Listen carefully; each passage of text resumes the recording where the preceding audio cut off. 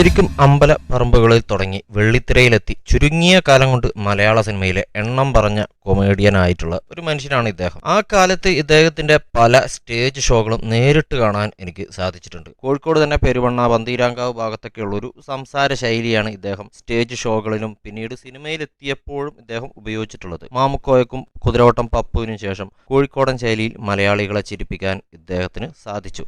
ഇടയ്ക്ക് കാലിക്കറ്റ് V4 എന്ന ട്രൂപ്പിൽ മഴയിൽ മനോരമയിൽ കോമഡി ഫെസ്റ്റിവലിൽ ജാലിയൻ കണാരൻ എന്ന് പറഞ്ഞ വേഷം ചെയ്തു. അത് വളരെ ഹിറ്റായി. പിന്നീട് അതേ റോൾ തന്നെ 2014 ഉത്സാഹ കമ്മിറ്റി എന്ന് പറയുന്ന സിനിമയിൽ അവതരിപ്പിച്ചു. പിന്നെയും ഒരേ ശൈലിയിൽ തന്നെ നിരവധി കഥാപാത്രങ്ങൾ, പേര് മാത്രം മാറും എന്നല്ലാതെ ഇദ്ദേഹത്തിന്റെ കഥാപാത്രത്തിന് അങ്ങനെ കാര്യമായിട്ടുള്ള മാറ്റമൊന്നുമില്ലായിരുന്നു. എന്നാലും അദ്ദേഹത്തിന് ആളുകളെ ചിരിപ്പിക്കാൻ വേണ്ടി പറ്റിയിരുന്നു. പിന്നെ പുത്തൻപണം എന്ന് പറയുന്ന മമ്മൂട്ടി സിനിമയിലാണ് ഇദ്ദേഹത്തിന് ചെറിയൊരു ചേഞ്ച് കിട്ടുന്നത്. തനിക്ക് കോമഡി മാത്രമല്ല കുറച്ച് സെന്റിമെന്റ്സും ഒക്കെ വഴങ്ങും എന്ന് അദ്ദേഹത്തിന് ആ സിനിമയിൽ കാണിക്കാൻ വേണ്ടി പറ്റി. പക്ഷേ അതൊന്നും അദ്ദേഹത്തിന് വലിയൊരു ബ്രേക്ക് ഒന്നും നൽകിയിട്ടില്ല.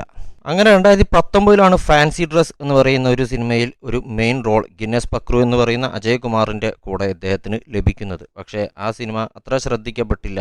അങ്ങനെ 2023 മോമോ ഇൻ ദുബായ് എന്ന് പറയുന്ന സിനിമയിലാണ് ഇദ്ദേഹത്തിന് അവസാനമായിട്ട് കാണുന്നത്. പിന്നെ കുറെ കാലം ഇങ്ങനെ ഒരു ലൈം ലൈറ്റിൽ ഇത്രയും ടോപ്പിൽ നിൽക്കുന്ന ഒരാൾ എങ്ങനെ ഇത്ര പെട്ടെന്ന് അപ്രത്യക്ഷമായി എന്നുള്ളത് ദുരൂഹമായിട്ടുള്ളൊരു കാര്യമായിരുന്നു. പിന്നെ ഇടയ്ക്ക് ചില TV യൂട്യൂബ് ചാനലൊക്കെ ഇദ്ദേഹത്തിനെ കാണുന്നല്ലാതെ ഇദ്ദേഹത്തിന് പിന്നീട് സിനിമയിൽ കാണാൻ കിട്ടുന്നില്ല. പക്ഷേ ആ ചോദ്യങ്ങൾക്കെല്ലാമുള്ള ഉത്തരം ഇപ്പോൾ ലഭിച്ചു. എന്തായാലും ഉപ്പു തിന്നവൻ വെള്ളം കുടിക്കട്ടെ.